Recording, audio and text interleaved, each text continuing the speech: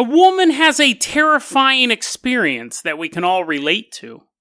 Is it possible that you can create superfood by sucking on a seed, and then, for the first time in human history, the dead speak? Today on Dead Rabbit Radio.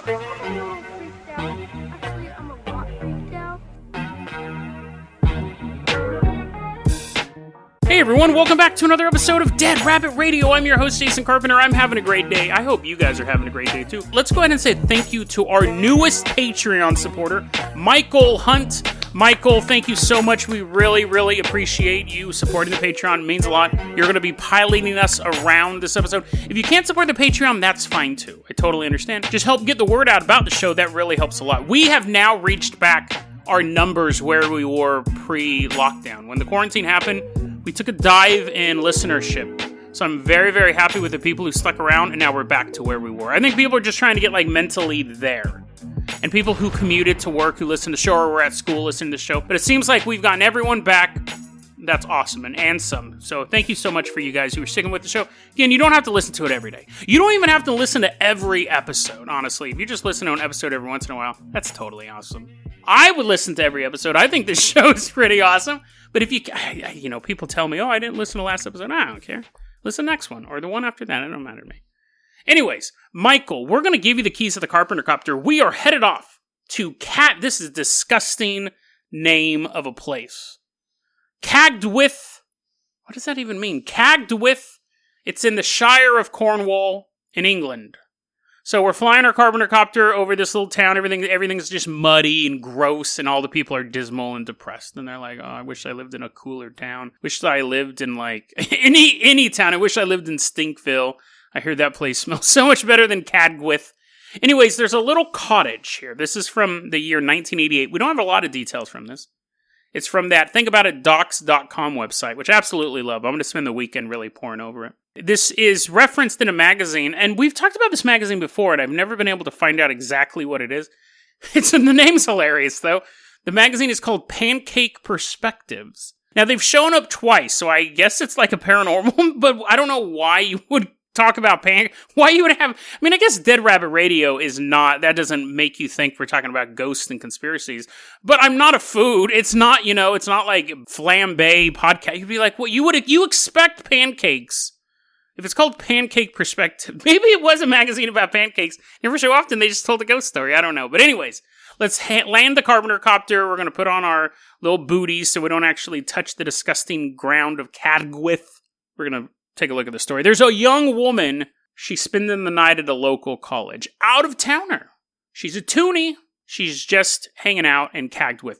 I would assume lost on her way to a cooler named city. But anyways, she's in this cottage late at night. She gets up. It's windy. Rainy. And just generally inhospitable, a.k.a. the weather in England all the time. She's like, why does this wake me up? It's always like this. She's walking around this cottage late at night. She looks down a long hallway. So you know this story's going to be good, right? She looks down a long hallway.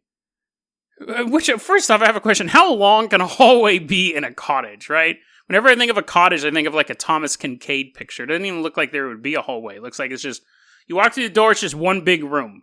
And then there's like an 8-foot-tall wizard sitting by the fire, and that's a cottage. I don't imagine... Gandalf wasn't really 8 feet tall, right? That was just something I made up. The hobbits were small. The hobbits weren't normal sized, and he was the giant. He was a normal sized human, I believe. Maybe it was his hat that made him look so big. But anyways, that has nothing to do with anything that we're talking about. I imagine cottages are just kind of one room. I've never been in a cottage. I've been in a mansion once. Okay, never mind. I'm not going to go on a segue of the different domiciles I've been in. Yeah, you like that word? So anyways, this cottage apparently has a hallway. They might all have hallways. That's the most mad. You're like, Jason, get to the part with the monster. You're stuck on the part of a hallway in a cottage. You do episodes about people who turn into monsters all the time. Anyways, there's a hallway in this cottage. And this young woman, she looks down the hallway. And she sees something. She doesn't register at first. She does a double look. There appears to be, it's really hard for her to kind of make out what it is, but there appears to be a man in a black robe at the end of the hallway. That's spooky. Spooky for multiple reasons, and the reason why I like this story, we can really break into it. But she looks down the hallway. Man in a cloak, a hood on. She's like, the Nazgul. He's hanging out at the back end of Frodo's cottage. Then her mind clicks in and realizes, whoa, that's not just a figment of my imagination. There is actually someone down there. And at that point, the phantom, the figure, raises its arms up. So it's almost like, you know what raising your arms up are. Even if you don't have arms, you know what it is. But it's like his arms are going up.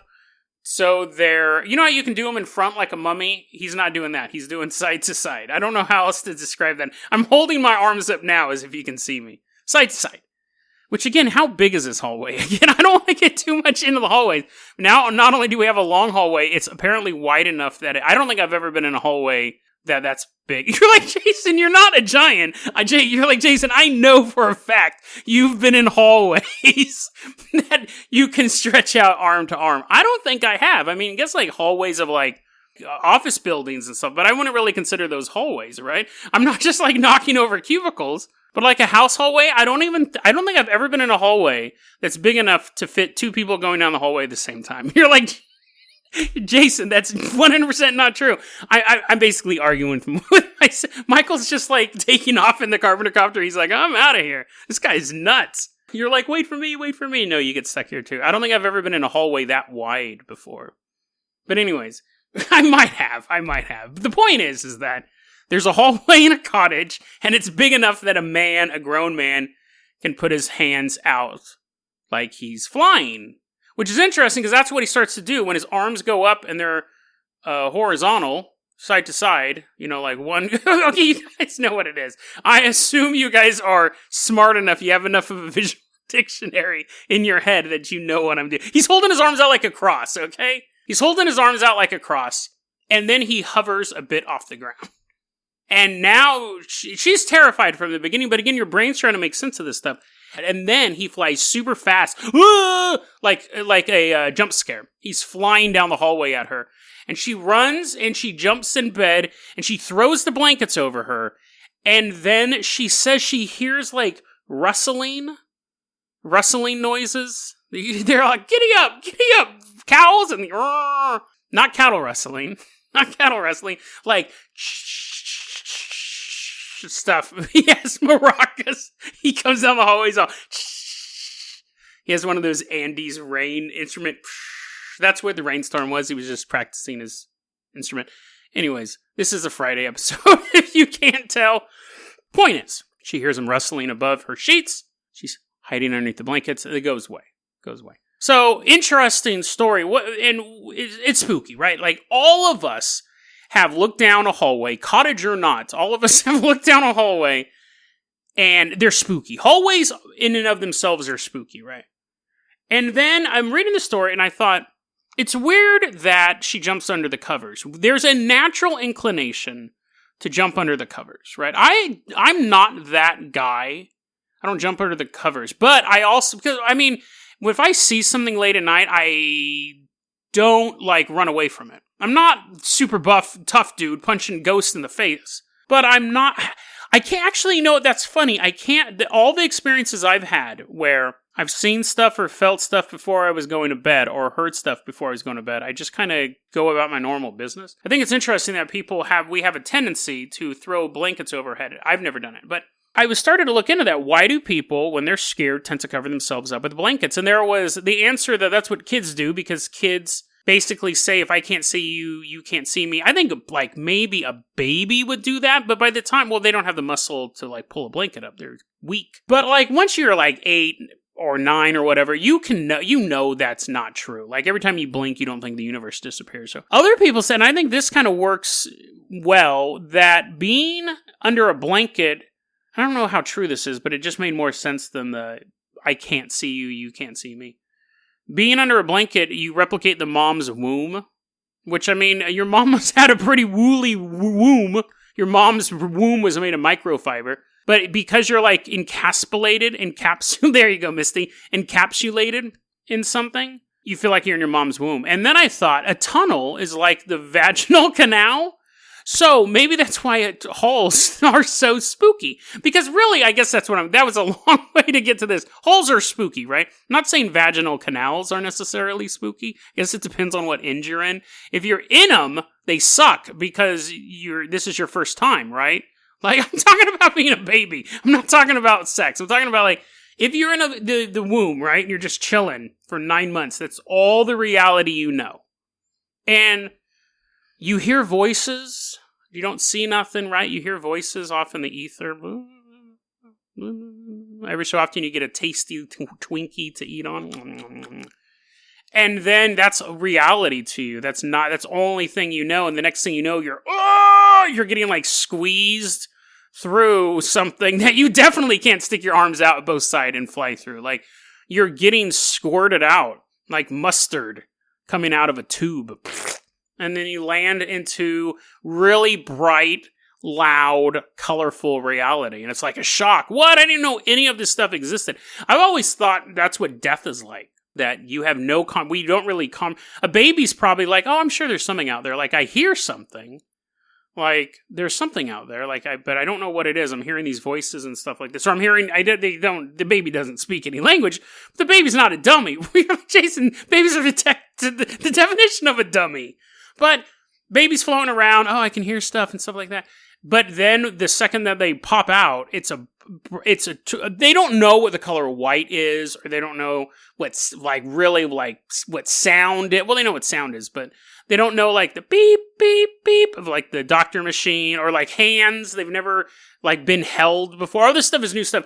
I think that's what death is like. Like, this is the only reality we can even come close to comprehending. Anyone who tells you otherwise is trying to sell you a book or get you to join their cult. And then you pop out of this one, boop, and then you're like, whoa, I didn't think any of this stuff could have ever been possible. I had a little baby brain. Even though I was 90 years old and I experienced all this stuff, I had no idea.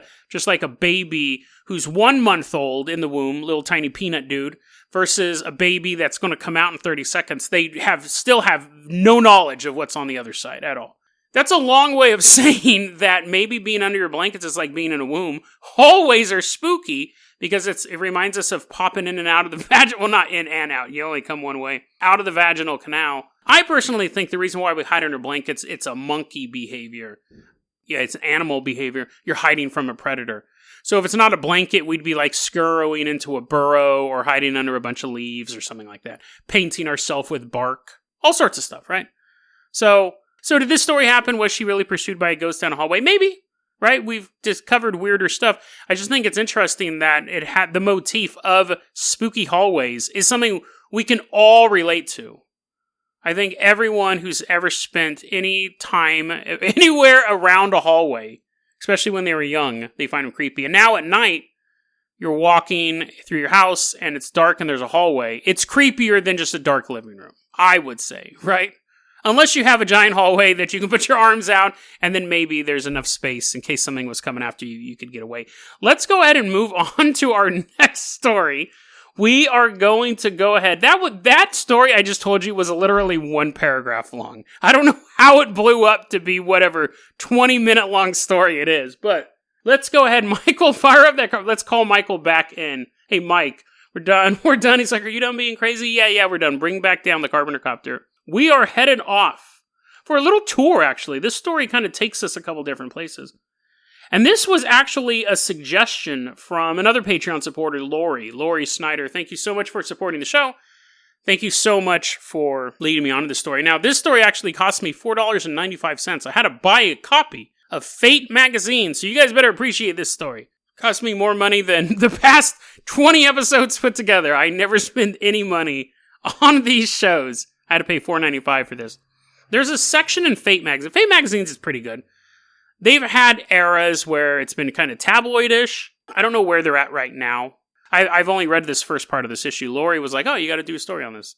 They have a section called I Seen It in the Papers. I don't know what that's a reference to. I don't know if it's all like little news clippings. It's bizarre. We're going to talk about some of these stories that are just, it's like little news nuggets from Fate magazine. Fate magazine is like a paranormal magazine like 40 times. They've been around since like the 50s or the 60s. Old school. This is the newest issue though. There's a cult in Russia called the Ringing Cedars Anastasianism. So, Michael, take us down to this cult compound. It basically looks like that movie Midsummer that I didn't bother watching because I didn't like... what was that other movie they did about the person with the head chopped off? Hereditary. I didn't... whatever. A bunch of people dancing around, maypole, wearing old-timey dresses. This is a cult in Russia.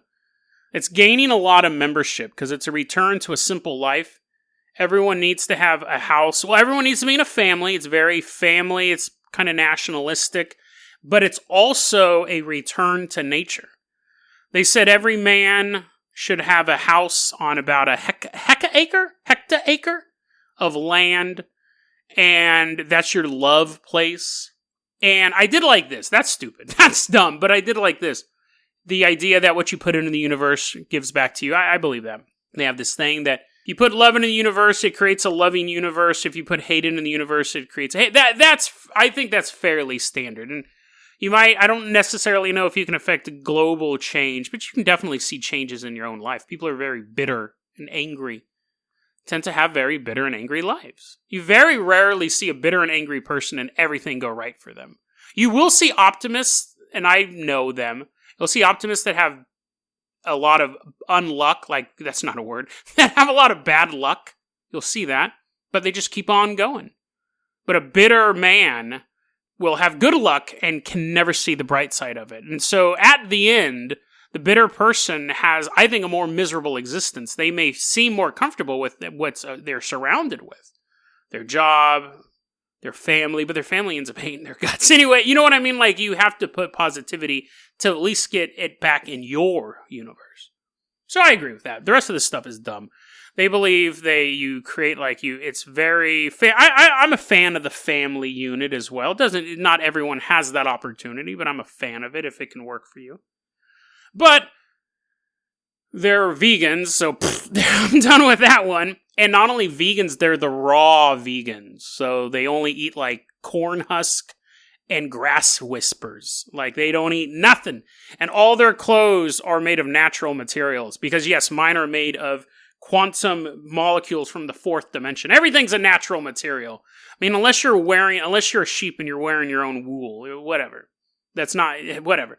Point is that this is the reason why Lori sent me this. She's like, Jason, I want to hear your views. I want to hear right after you said you have to be positive, I want to hear your very critical reviews of a religion you found on Wikipedia. Love Lori. That's not what she sent the story for. You're allowed to be negative every once in a while. Just don't let it override you. Or when you're doing it, it should be for entertainment purposes only. Well, Lori sent me this. She goes, so there is a belief, there's a conspiracy theory. It's hard to really decide how you'd want to call it. A cuckoo theory would be a good way. That you can create superfoods by sucking on seeds. This corn kernel. Don't eat it, Billy. You're supposed to plant it. Oh, yeah. Is that how you plant corn? Do you take, is a cob of corn, right? Are all the kernels the seeds? What's weird about that is basically, shouldn't the whole world be corn at this point? Because if a corn cob is nothing but seeds, and each, basically, let's say I had a baby. Me and a woman, we have a baby, right? That's how that works. That's what I've heard. I don't know. I don't have one. Maybe I've been lied to by the mainstream media. Corn grows, right? And then it has a ton of seeds. And then birds come and eat the seeds, and some of them just kind of fall out on the ground.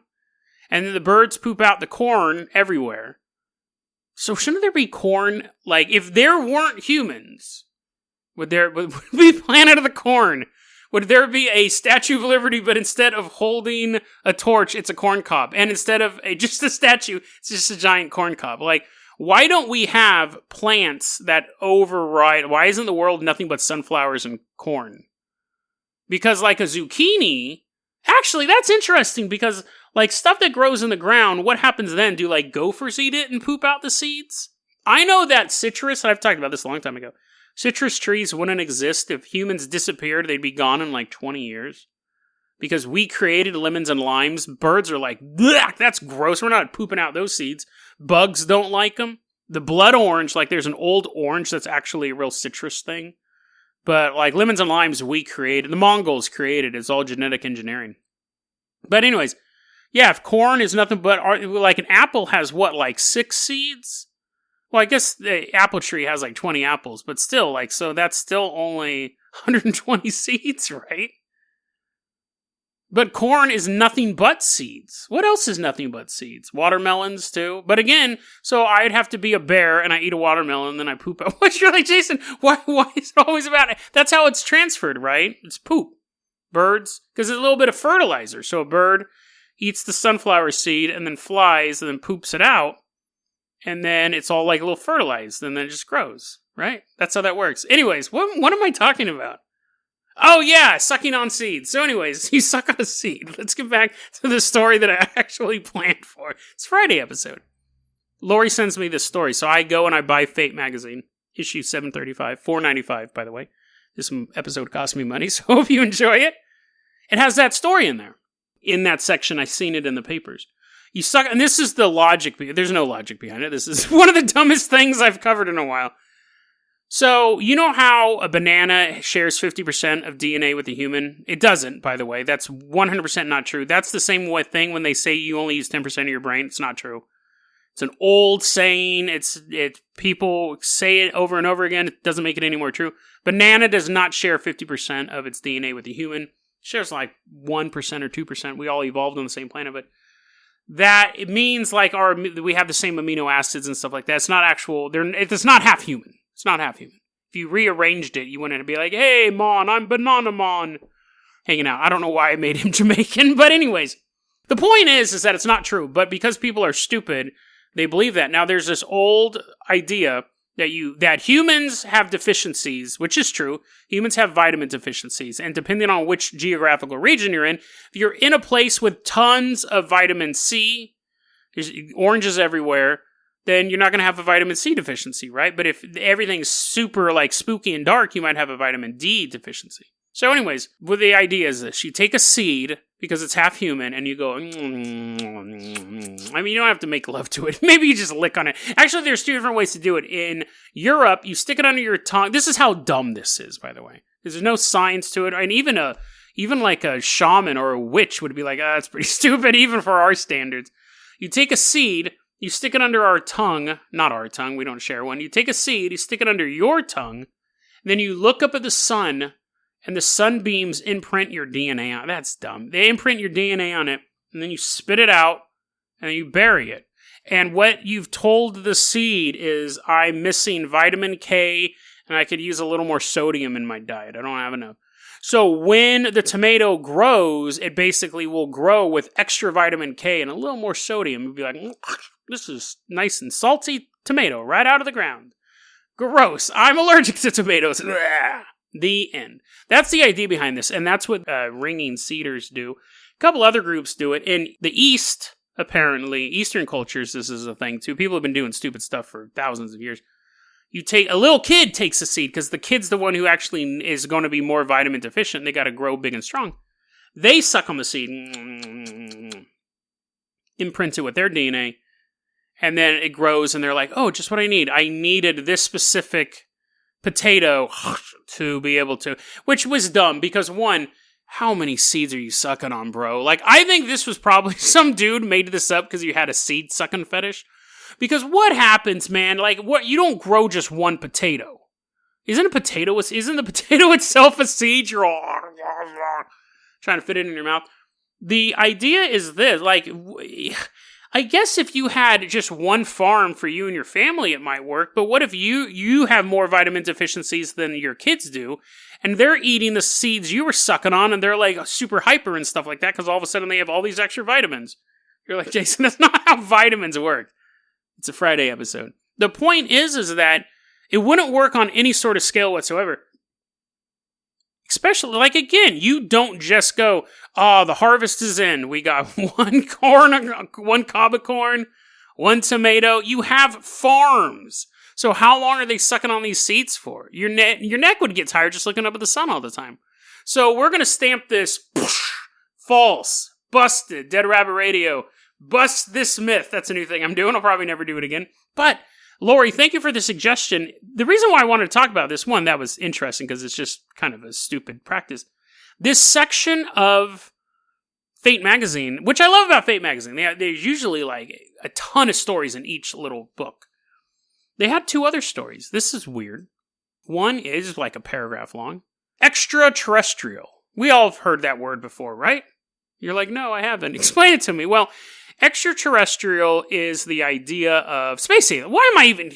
I don't need to explain it to you. The point is that you know what I've completely lost my mind. You know what an extraterrestrial is. This little blurb in this magazine said, some people, which basically just means me, the person writing it, some people say that extraterrestrial actually means more land. Because extra means more, and terrestrial means land. You're like, okay, I guess that's a fun word game, right? Like, sure. But when you say extrajudicial, you don't mean, oh, there's just going to be extra courts involved. No, it means that you're doing something outside of the court system. Like, extra doesn't simply mean more. Extra gum doesn't mean you have extra gum. It just means that's a brand of the gum. This episode's sponsored by Extra Gum. The idea of whatever, so that's just weird. But then underneath, so it's a paragraph long, that's the first sentence. Extraterrestrial actually means more land, and it doesn't. It doesn't at all. Then it says, this is actual quote from this article, quote, there's not many people who do this, right? But whatever. Quote, many theorize that this is a subliminal message that there is more land out there that we are unaware of. Yes, so all of this time, whenever you hear people talk about extraterrestrials, it's subliminal. We know that, what does that more land where? Who are these many people who whenever they walk by an ET poster, they're like, yeah, I want to go there someday too. People are like, what? Pointing at the post. You want to go to the movie theater? This movie hasn't been in the theater since 1983. No. Pointing very slowly at the word extraterrestrial. I want to go there. Do you know how to get there? What? Is this like a phone home joke? No. That goes on for like 30 minutes. What does that even... Many theorize that this is a subliminal message. That there is more land out there that we are unaware of. What? On Earth? I don't understand this. Absolutely hilarious. That was worth $4.95. I really love the seed sucking story. That was definitely good too, but that statement alone was 100% worth $4.95. That many people believe that the word extraterrestrial is a secret hint to us. That's somewhere out there. It could be outside your door. It could be billion light years away. There's extra land we don't know. Okay, sure. Probably. But again, extraterrestrial does not mean more land. It never has. It never has. But that's not even the best part. Lori really hit the trifecta on this one. And this was all from 2 pages of this magazine, okay? 2 pages of this magazine. Lori straight up pulled a hat trick on this one. She got 3 crazy stories. Fire up that Carpenter Copter one last time this episode, Michael. We're headed out to... back to Britain, actually. We're going to Leeds. Little town, Leeds. It has a museum in it. I know that much. The whole town is just one giant museum. All the people just stand there. Everyone's behind glass. They're very safe during this quarantine. We land. And there we meet a bunch of scientists, a bunch of nerds sitting around. And they have in front of them the mummified remains of priest Nesyamun. Nesyamun was a Egyptian priest. He was a scribe. And he wrote, on his thing, well, he didn't write it. He was dead. He was being mummified, but people carved on his esophagus that his life wish was to speak after he died. Because to him, speaking, especially speaking your name, was the ultimate oneness with God. That people were still talking about you after you died. So basically, Marilyn Monroe is the equivalent of Hercules at this point. That was his goal. So, these nerds are sitting there on their computers, and there's this mummy just chilling out in their lab. And they're like, are you ready to run the diagnostics, Timothy? And Timothy's like, yes, I am. I forgot your name, Mark. Yeah, I forgot. And so they take this mummy, and these nerds are all running these tests. Now, elsewhere, this dude is like pitching this business thing, right? He's like, apparently there's this huge narrative now. There's this guy, his name is Tony, and he's like, none of these names are real. By the way, as far as I know, Tony goes, listen, we are on the cusp of one of the biggest breakthroughs that mummy technology has ever known. We are going to change the world of the bandaged and decayed. There's a fat cat corporate weasel sitting with his cigar. My grandfather didn't get into this business to spend a bunch of money doing mummy stuff. So, get to it. And the guy's like, okay, we want to see that mummy right there. We want to take that mummy. And we want to give him the ability to speak. And the fat cat investor, smoking a cigar, he's eating an apple, spitting out seeds, creating new apple trees in his office. He's pooping them out. I don't know where that even came from. I gotta end this episode. Okay, the fat cat goes, fine, I'll give you all sorts of money and all sorts of time. I want to see what you can do. Then none of that happened, okay? None of that happened. I just think it's funny that somebody wasted a ton of time and money and effort to do what I'm about to tell you, okay? All of that was my bizarre way of letting you know somebody thought this was a worthwhile endeavor. They spent grants and college funds and all sorts of stuff. Money from colleges. I mean, not their scholarships. A bunch of money went into this. This is the end. This is the actual story, okay? Forget Tom and Timothy and Mark and the stereotypical corporate guy whose dad invested in mummies or whatever nonsense I came up with. These guys took this mummy. This part's real. This mummy named Nesyamun. That's true. He wanted to speak after death and all that stuff. So they go, he's a perfect candidate for this technology. They put him in a CT machine. And they take a scan of his vocal cords, his throat, his mouth, all that stuff. It's all grody, obviously. He'd been dead for 3,000 years. But they were able to take all this information, and then they put it through a 3D scanner. They go home for the weekend. It takes a while. They come back. It's ready. Now they have a 3D replica of this dude's vocal cords, right? Which, come on, they're decayed, but whatever. They're somehow, like, maybe it's just the way his bones were or something like that. They took that. Then they reconstructed his tongue, because parts of it were missing and everything like that. So, eventually, long story short, they replicate his voice box. You're like, Jason, it's called a throat and a mouth. They replicate that, and they go, well, we've spent a ton of money and a ton of time and all this stuff, but we have finally done it. We have finally created the ability to hear what this guy sounded like, which in and of itself is pretty awesome. You're like, Jason, that's pretty dope, actually, that you can, like, do that, and we can find out what people had to say in the old times. And while they're doing this, actually, someone came forward and complained about it. Here is a quote. This is just adding to the ridiculous. Here's a quote. Kara Cooney. She's an Egyptologist at the University of California, Los Angeles. She says, when you're taking a human being and using so much inference, is that a word? Inference? Doesn't matter. When you're guessing when you're putting stuff in that you don't know. Like how to pronounce a word. Quote, when you're taking a human being and using so much inference about what they looked or sounded like, it can be done with an agenda that you might not even be aware of. She's for mummy rights.